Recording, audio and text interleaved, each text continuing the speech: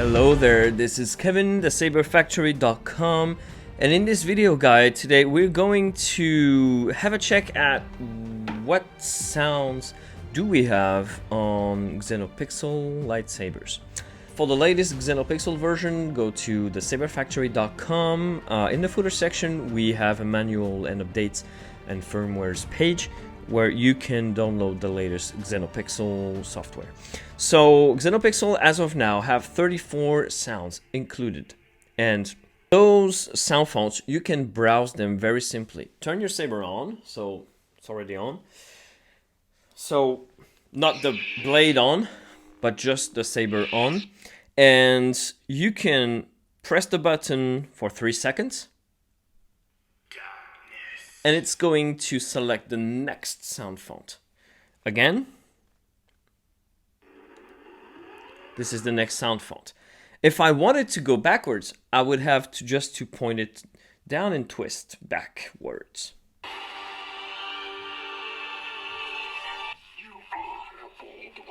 So yeah, if I twist, it goes back, back. If I press 3 seconds, people keep telling me they know me. It goes No one does. to the next font. Again, back. Did he tell you what happened that night? It might be a different soundtrack, but it's the same character. So this is always, still Ben Solo. So yeah. So one thing to differentiate is a sound font has different parameters: a color and the sound that's associated with the character's saber. Those two things go together, and they have, if you load the SD card on your computer, you will see that each sound font has sounds, and you have a main config file, and each character sound font has parameters. Those you can change. Basically, I'm going to take a sound font, Darth Maul. So one thing that separates from the sound font is the blade mode, the blade effect that I can choose. So I can take any sound font. So this one is Kylo Ren. I can show you if I move to the next. People keep telling me they know me. This is Rey. And if I go back, I've been waiting for this day for a long time. this is Kylo. So I'm just going to start Kylo. So now I have the blade style, color, and sound that goes with the font. It's set in the config of each font. But I can change it. I just have to change the color. I can also change the blade style, because now if I turn it off and I turn it on again, the color is changed. And with the recent Xenopixel version, this is now set in the config file of each font. To put it simply, load the SD card that's in your saber, put it on your computer, and each folder for a character sound font will now have a config file with the parameters that you chose on your saber.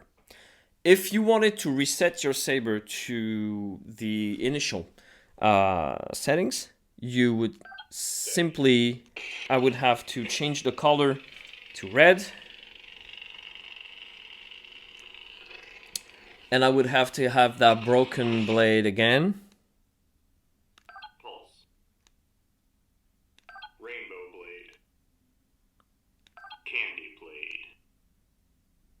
Blaster blade. Fire blade.